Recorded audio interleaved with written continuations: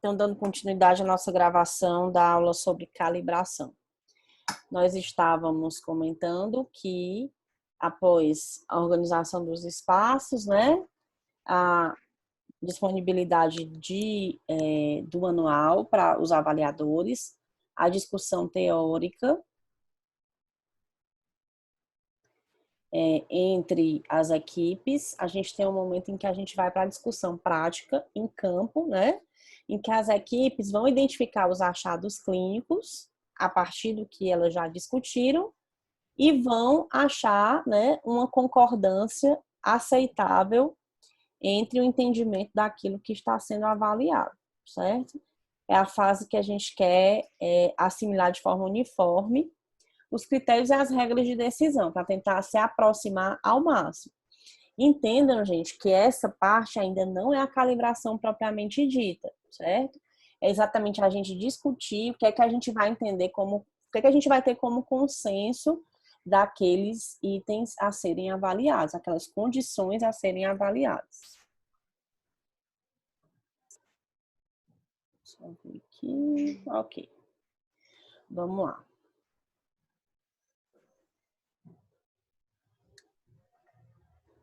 Nesse momento, gente, a gente vai organizar as equipes em blocos de 5, em que essas equipes são compostas por examinadores e anotadores, certo? O examinador tem que ser sempre um cirurgião dentista, que, em se tratando de odontologia, é quem tem a capacidade de diagnosticar.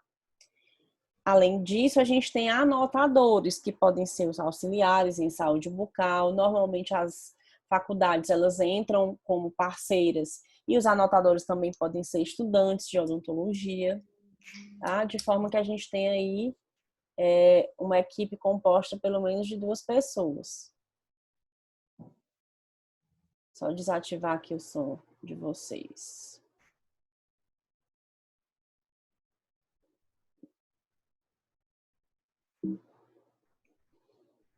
Então, as cadeiras devem ser organizadas, né, em numerações, né, em que os examinados vão sentar e vão ser identificados através dessa numeração.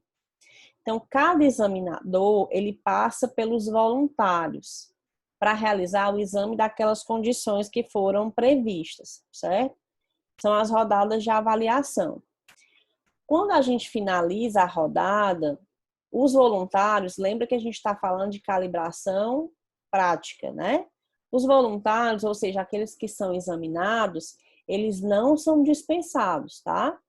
Os examinadores, naquela ocasião, eles têm uma equipe que orienta aquela atividade, eles não estão sozinhos, né? Tem uma equipe de supervisores e coordenadores do momento, que deverão, depois da rodada de avaliação inicial, eles têm as suas fichas avaliadas, tá? E aí eles vão observar a questão das discordâncias que foram identificadas naquele momento. Então, ainda assim, nesse momento de discussão teórica, os examinadores vão discutir entre si o que é que eles, por exemplo, consideram cárie dentária.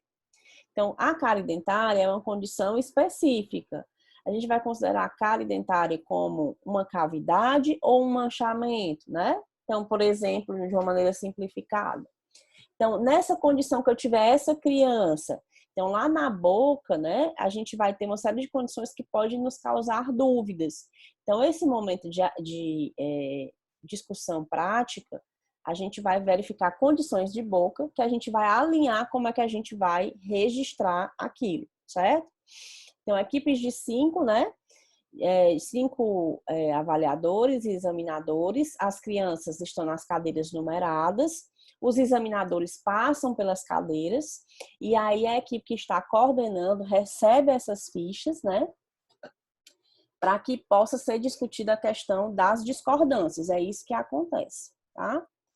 E aí, em seguida, ainda com os voluntários sentados, as crianças que estão participando dessa avaliação, desse momento, esse instrutor, esse coordenador, ele verifica as discordâncias e ele vai discutir com as equipes, né, fazendo aí uma releitura dos códigos e dos critérios que foram utilizados, certo? E aí, para a gente consolidar aquilo que foi entendido como consenso, existe uma ficha própria para essa finalidade, né? Direcionada para o voluntário, ou seja, aquelas condições que foram encontradas na boca daquela criança, e aí os achados referentes às avaliações são incluídos lá. Então, para que os avaliadores, diante de uma série de condições locais que eles vão encontrar, eles alinhem ao máximo, né, como se aquela criança, sendo avaliada por qualquer um, a gente teria um entendimento que era aquela condição. Ok? Tranquilo, gente, aí? Aqui, gente, essa figura tem lá no material de vocês de calibração, do manual de calibração. Normalmente ela aparece, então ela está exatamente simplificando isso que a gente discutiu, por exemplo, do momento de avaliação teórica, aliás, de avaliação prática. Nós temos 5 equipes numeradas aqui, né? Identificadas aqui. Na verdade, são 5 equipes e as cadeiras que são numeradas com 5 voluntários. Então, essa seta indica que o examinador, né? O examinador em azul e o anotador em laranja, eles vão percorrer todas as cadeiras, né? E depois retornam à cadeira inicial, depois que a gente faz essa avaliação primária, tá?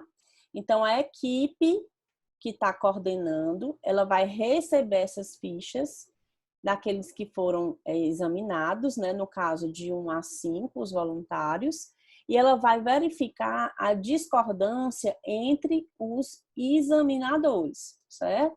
Então, a gente vai ter o examinador A, por exemplo, que faz a avaliação na criança 1.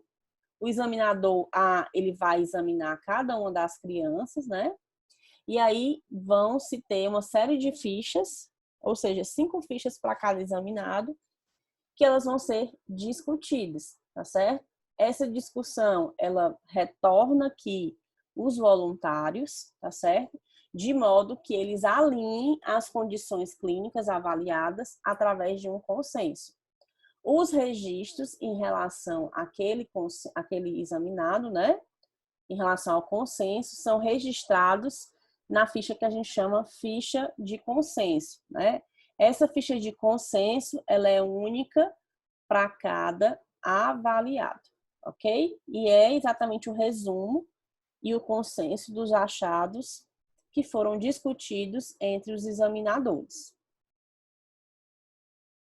Ok, já passamos por um momento em que a gente preparou a calibração, que a equipe participou de um momento teórico, ela foi a campo para um momento prático e agora ela está apta a iniciar o processo de calibração propriamente dita, né? No caso, esse momento é que o princípio é que as eventuais discrepâncias deverão ocorrer não mais por interpretações, né, equivocadas, mas elas já devem ter sido resolvidas. Então, a gente não pode mais, em resumo, discutir aquilo que a gente fez anteriormente. A gente não vai ter aquele momento em que a gente vai entrar em consenso. Essa fase é a fase que a gente vai chamar de pra valer, tá certo? Os dados dessa fase vão ser utilizados para uma avaliação estatística que a gente chama de cálculo de concordância. Então, se a gente teve um momento de discussão prática, em que a gente discutiu entre os avaliadores o que é que a gente iria considerar, nesse momento a gente não vai ter essa etapa, certo? A gente vai realmente fazer a avaliação já de maneira oficial, digamos assim.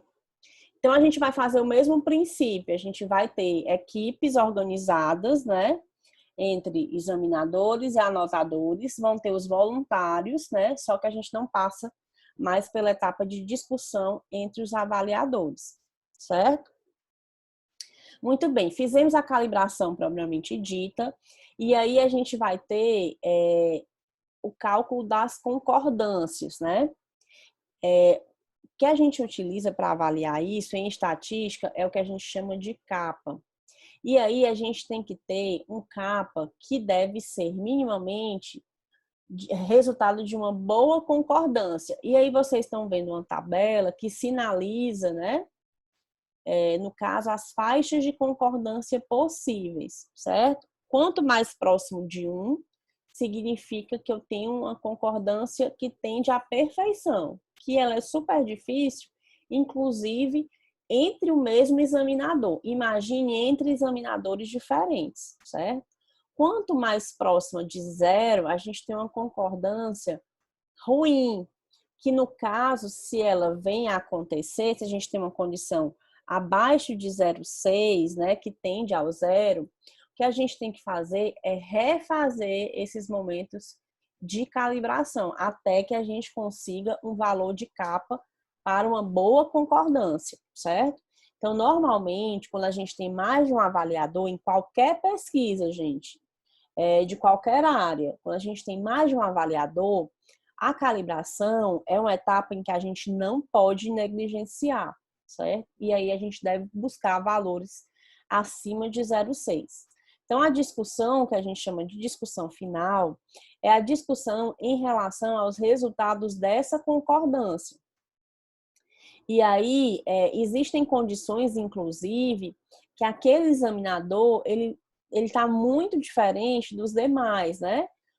A discrepância dele em relação ao grupo é muito grande. Isso pode, inclusive, gerar ou a repetição dos exames, né? Ou, no caso, até a eliminação daquele examinador. Quer dizer que ele é um profissional ruim? De jeito nenhum, mas para as condições de exame, de levantamento, ele não se adequa, tá? Então, se a gente optou pela repetição e mesmo assim existe um examinador que está muito fora da faixa, a gente tende a tirar esse examinador. Por isso que lá no início é importante que a gente tenha uma equipe maior, né, sendo treinada do que aquelas que efetivamente vão participar do momento de levantamento, tá certo? Gente, até aqui tudo bem? Sim, professora. Tranquilo. Então, a gente vai para a última etapa, né? A gente já passou por aquelas fases de treinamento, né? Existe uma sugestão de, inclusive, carga horária para isso, né? Alguns falam de pelo menos 16 horas, de 4 horas de treinamento teórico e 12 horas de trabalhos de exames, tá certo? Podem ter umas condições que tenham mais tempo, mas normalmente é isso. E aí a gente já passou pela discussão do CAPA, considerando que foi um CAPA que foi bom ou ótimo, né? Que está adequado a gente iniciar o processo de levantamento epidemiológico propriamente dito. Lembrando que isso aqui não é o levantamento ainda, gente. Isso aqui é exatamente o momento de alinhar, né, os exames entre os vários examinadores.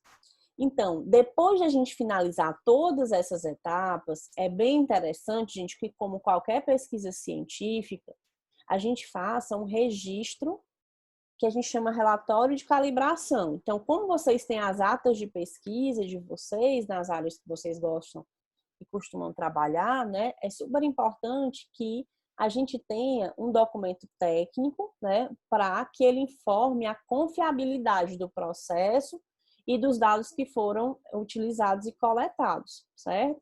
É interessante que nesse momento a gente tenha as tabelas de concordância, né, que a gente fez a avaliação do CAPA, tá? É importante que a gente fale das dificuldades, exatamente para que a gente possa adiantar as possíveis dificuldades que serão encontradas nos levantamentos, no levantamento propriamente dito, tá certo?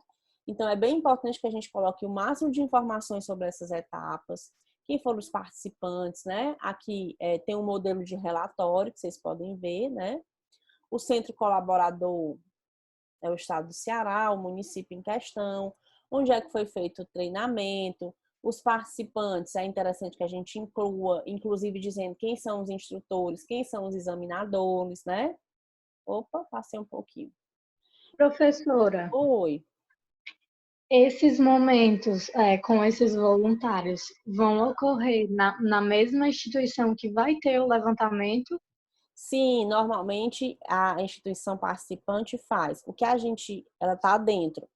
Porque é só uma parte da amostra que é avaliada, uma parte pequena. O que é que a gente considera é que essas crianças que participaram da calibração, elas não sejam utilizadas na amostra final.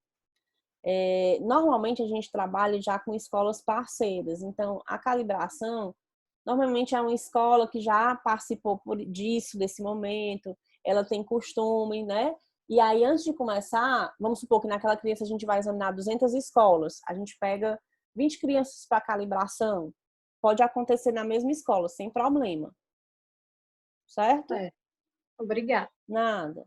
E aí, as atividades que foram realizadas, né? Qual foi o local, quando foi, o horário, que tipo de atividade, né? Se foi o levantamento, se foi a calibração, a discussão teórica, se foi a discussão prática, tudo isso deve incluir aí, sendo datadas e assinadas pelos instrutores. Então, é um procedimento que não é difícil, né? Agora a gente precisa realmente de bastante organização e ter realmente a certeza que a gente está numa condição de capa acima de 0,6, pelo menos, né? Muitos orientam que a gente tenha aí esse capa próximo de 8 para a gente não ter problemas, certo?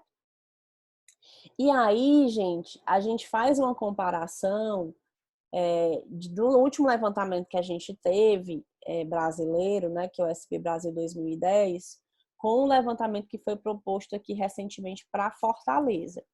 No levantamento brasileiro, a gente tem... Vocês veem o meu cursor? Sim, né? Mexendo aqui? Sim. Joia. Muito bem. No SB Brasil 2010, que foi o último levantamento, né, a gente tem aí a proposição para o levantamento de 2020. Foram avaliadas crianças de 5, 12, 15 a 19, né, faixas etárias de 15 a 19, 35 a 44 e 65 a 74 anos em ambiente domiciliar, certo? Então, aqui a gente tem 5 idades, né, e faixas etárias índices que foram avaliadas em 2010.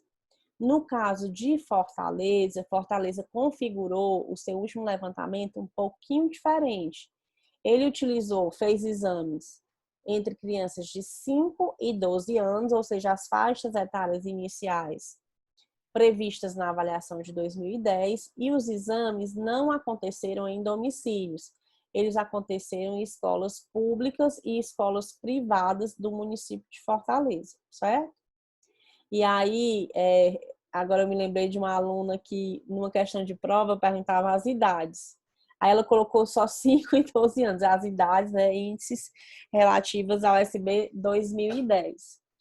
Aí, não, professora, é só 5 e 12 anos. Eu tenho até um slide, eu tirei foto desse slide. Aí ela me mostrou esse slide. Olha aí o que é um slide sem contexto, né? No SB Brasil 2010, a gente utilizou esse aqui. Em Fortaleza, foi utilizado esse aqui, tá? Então, cuidado também com as informações dos slides, certo? E aí, a gente vai focar um pouquinho nesses exames de 5 e 12 anos, que foram os exames realizados em Fortaleza, para que vocês tenham um pouquinho de noção de como é que a gente faz um levantamento epidemiológico. Então, só para a gente entender. Para que a gente faça a calibração, né, a gente tem que ter ideia do que vai ser avaliado. Então, essas informações, elas são previamente repassadas, né, nos manuais aos examinadores, para que eles tenham ideia do que é que eles vão fazer, né? Então, na condição de 5 e 12 anos, que era a avaliação que foi proposta para Fortaleza, o que é que se pretendia estimar?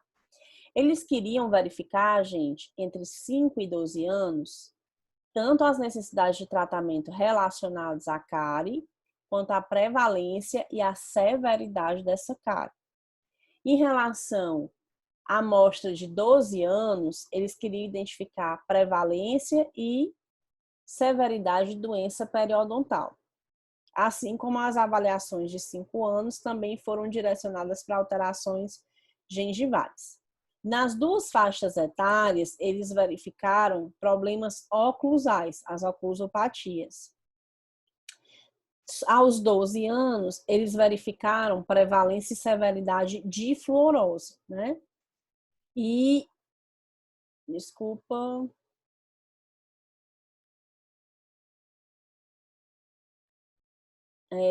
e aos 12 anos, salvo engano, aqui seriam, mas é isso mesmo, seriam, eles também iriam identificar questões relacionadas a traumatismo. Então, o que é que a gente tem aos 5 anos? A avaliação cárie, doença periodontal, né, através de alterações gengivais e oclusopatias. Quanto aos 12 anos, o que é que eles avaliaram? Cárie dentária, doença periodontal, oclusopatia, que era comum aos 5 anos, fluorose e traumatismo. Isso aqui, gente, está super alinhado com o que foi avaliado no SB Brasil 2010, certo? Então, é só para vocês terem noção. Então, antes da visita, né, a gente tem que se preparar também como a gente se preparou para a calibração, e a gente já sabe como é que a gente faz isso. Então, antes da visita, a gente tem que preparar as fichas de registro que nós vamos utilizar, todo o material de exame. Eu vou precisar de espelho, vou precisar de uma sonda, né? Vou precisar de gaze, vou precisar de uma lanterna de cabeça dos EPIs, né? Eu tenho que começar a vislumbrar aí o que é que vai ser necessário exatamente para o momento. Então, pensando na amostra, né, que a gente vai utilizar, é bem importante que antes da visita a gente tenha acesso às crianças que estão naquele ambiente escolar. Porque o que é que eu vou precisar? Vou precisar de crianças de 5 e 12 anos. Eu quero saber como é que é a distribuição dela nas escolas. Então, tendo uma listagem prévia dos alunos, eu posso fazer, inclusive, as fichas de registro com o nome, a idade, para ajudar a minha organização. Antes da gente executar especificamente esses exames, né, a gente precisa do termo de consentimento livre e esclarecido, assinado pelos responsáveis legais, pelas crianças, informando sobre as pesquisas, os seus propósitos, riscos, benefícios, né, tudo que vocês já conhecem, para que aquela criança possa, de maneira ética, né, considerando os preceitos éticos, participe daquela avaliação. A gente não pode manipular as crianças, né, fazer exames, enfim, sem autorização expressa dos pais, né? A gente está participando de uma pesquisa que vai ter os seus dados divulgados. Então, a gente não pode fazer isso sem o consentimento prévio, tá? Então, durante a visita, gente, é super importante que a gente tenha cuidado com a lavagem de mãos, né? Essa higienização das mãos toda em pauta agora em função do coronavírus, né? E os examinadores, a equipe, gente, eles têm que estar completamente paramentados, né? Porque a gente vai ter acesso a crianças, então a gente vai ter a pessoas, na verdade, né? Que carregam uma série de micro-organismos patogênicos, exatamente para a gente evitar qualquer tipo de contaminação. Então, gorro, luva, máscara, óculos, né? Jaleco, preferencialmente gola de padre, apesar da gente não ter aí a formação de aerossóis, né, e tal, porque a gente não está fazendo realmente procedimentos, mas é importante a gente ter cuidado com essa paramentação. Então, a gente vai passar por aquele processo de exame das condições que foram previstas, né? A ficha, ela vai estar de forma organizada a facilitar esses registros através de códigos, tá? Exatamente para que a gente não perca tempo. Então, é praticamente uma verificação cara crachá, condição registro, né? E aí é importante que a gente conheça também quais são esses códigos que vão ser levados em consideração. Terminando esse momento de levantamento, né? As fichas são organizadas, né? São preparadas e entregues à coordenação do levantamento que deve estar presente, ok?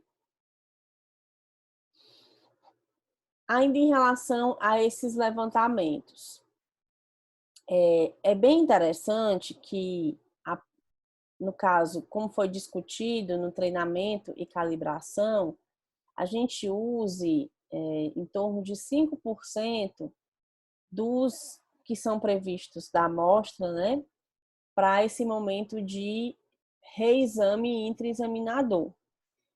Como eu tinha falado para vocês, dei o exemplo da escola, né? Vão ser 200 crianças naquela escola, por exemplo, ou ao todo 2.000 crianças.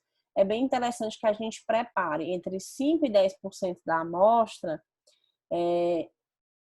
esse momento, né, de pré-teste de calibração em que a gente revisite aquela criança. Então, para isso, a gente precisa de formulários que devem ser identificados como original e duplicata, sendo sinalizados pelos códigos 1 e 2, exatamente para a gente saber o que é que aconteceu antes e o que é que aconteceu depois, certo? Então, no sentido da gente verificar essa reprodutibilidade entre esse examinador, ou seja, examinei hoje, daqui a 2 semanas eu avalio, eu preciso de 2 fichas, né, que elas são sinalizadas dessa forma. 1 e 2, conforme o exame original, e a duplicata, né? Que aí eu vou utilizar essas 2 fichas para o cálculo de concordância intra-examinador, certo? O segundo momento inter, ele normalmente não acontece se eu tiver um cálculo do CAPA que seja adequado, tá? Senão, esse momento pode se repetir.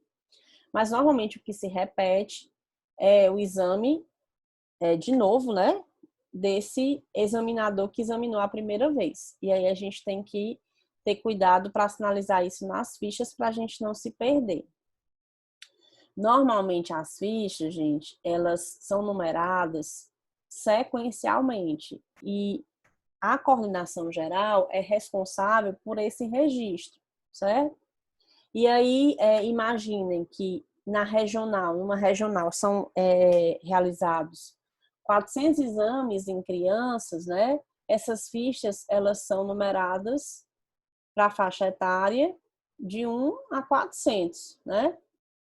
E se são utilizados 200 exames por regional, então incluída essa sequência também naquela regional, certo? É só para dizer para vocês que não existe a identificação da criança na ficha, né? Existe nas listas que a gente tem, é importante a gente resgatar quem é a criança, caso a gente tenha alguma dificuldade posterior, mas não na ficha de exame. Normalmente a gente traduz todas as informações da ficha, sejam relacionados à criança que está sendo avaliada, seja o número de original ou duplicata, em algarismos alfanuméricos, tá certo? Então, isso normalmente o coordenador ele já antecipa.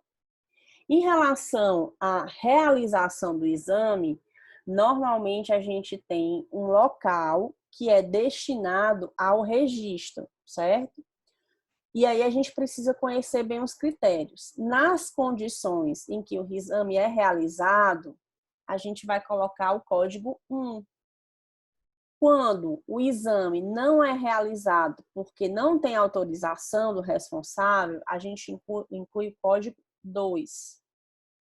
E aí, nas condições em que o responsável legal autorizou, mas a criança não permitiu no momento, vocês vão ver isso em momentos na faculdade, existem situações em que o responsável legal autoriza, mas a criança não colabora.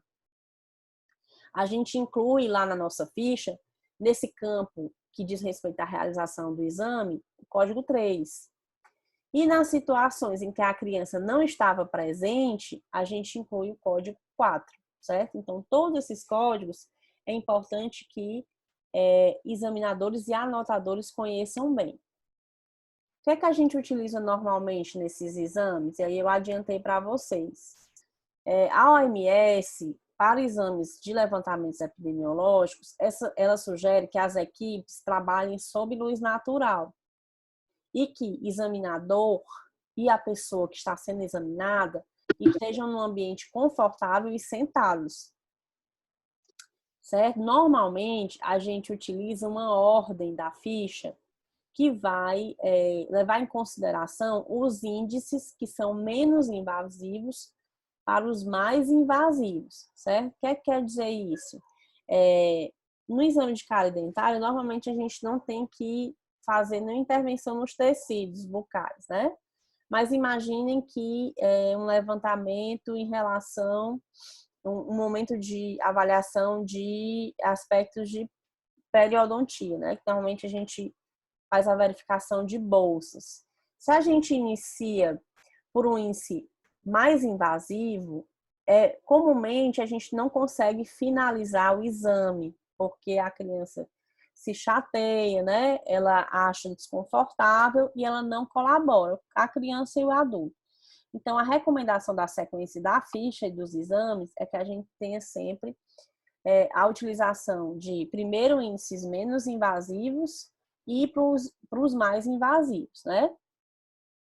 Quando a gente tem a situação, por exemplo, em que dentes permanentes e dentes decisivos estão no mesmo espaço de avaliação, a gente sempre registra a condição do dente permanente em questão, tá? É como a gente tem na boca aí, aqueles que a gente está em dentição mista, né? Lembrando aí dos 12 anos, que pode haver a situação em que a gente tem os dois dentes presentes, tá? E aí, se a gente consegue tocar esse dente permanente sem perfurar o tecido mole, a gente considera que ele já está visível na boca. E é a condição desse permanente que a gente vai avaliar. Então, aí a gente tem uma sonda da OMS, né? Só relembrando para vocês as faixas correspondentes, por exemplo, para que a gente tenha uma análise da bolsa, né? Então, aqui a gente tem em torno de 3 milímetros de avaliação, né? Desculpa, de 11 milímetros de avaliação, né? Em que a primeira faixa, ela corresponde a 3 milímetros e meio, né? A segunda faixa corresponde a 5,5, 8,5 e 11,5. Então, normalmente é esse tipo de sonda que a gente utiliza. É uma sonda que ela não tem a capacidade de perfurar, por exemplo, uma cavidade inexistente de cárie, ela não vai forçar a existência de uma cavidade, e é normalmente essa sonda que a gente utiliza junto com o espelho clínico. Então, a condição que eu tinha falado para vocês, né? Aqui a gente não tem decido permanente presente, mas a gente tem uma condição de um dente permanente que ele está parcialmente visível, né? Mas a gente pode tocar com a sonda sem fazer deslocamento do tecido mole. Então, esse dente, né? Se for um dente índice para avaliação, a gente pode incluir informações sobre ele também, certo? Aqui, outra situação em que a gente tem o tecido e o permanente no mesmo espaço. Se o permanente estiver visível, se a gente não precisar fazer deslocamento de tecido mole, é a condição desse dente que a gente vai avaliar, tá certo? E aí, gente, lembrando que aos 5 anos, né, aos 5 aos 12 anos, foi sugerida pela avaliação do levantamento que a gente iria verificar a condição da coroa, especificamente, né? Então, a gente lá no nosso na nossa ficha de registro, a gente tem uma série de condições a serem incluídas. Se o dente avaliado for um dente permanente, a gente vai avaliar, vai incluir na ficha com a numeração 1. Se o dente avaliado for um dente descido, a gente vai utilizar a letra B para indicar isso.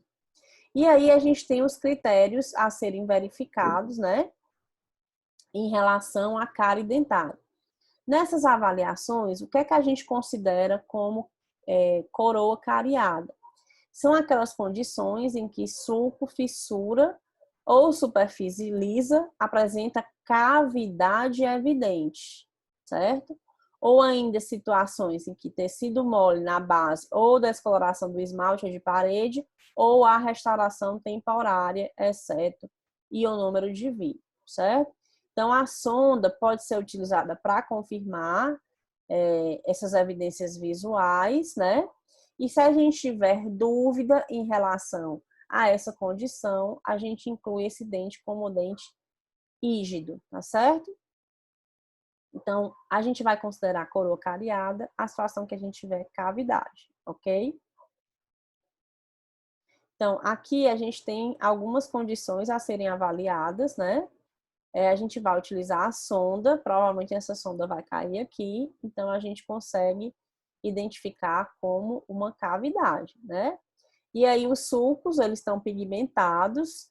Se a gente não utilizar a sonda, a gente não vai realmente saber se tem cavidade. Então, a gente utiliza a sonda para isso. Supondo que não haja cavidade, esse dente vai ser considerado como dente rígido, né? Para avaliação de fluorose, como eu tinha já sinalizado para vocês, a avaliação de fluorose, ela é feita em crianças de 12 anos, certo? E aí a gente vai procurar por estrias brancas, horizontais, difusas, né? Em cor de giz branco, que devem ser bilaterais e simétricas. E aí, no material, são sinalizados os dentes que são mais frequentes, né? São, em primeiro lugar, os premolares, seguidos dos segundos molares e incisivos superiores, certo? Então, se tem uma condição de fluorose, ela é destacada, né?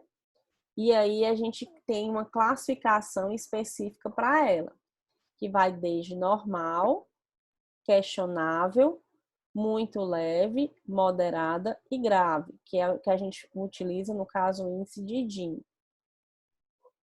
Ok? Gente, a gente dá uma parada aqui na parte de fluorose para a gente finalizar na próxima aula, certo? A gente para aqui com essas imagens. Só para sinalizar para vocês que a gente tem que classificar segundo esses critérios, né?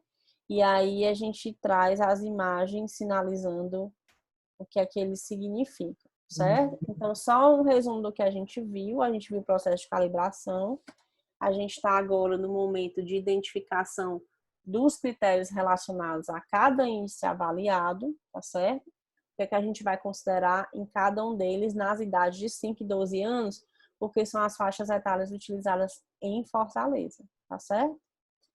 Gente, a gente finaliza por aqui. Eu vou estar à disposição, caso vocês queiram falar comigo. A gente está com 19 alunos. Deixa eu ver só aqui o bate-papo. Vou só parar aqui a gravação.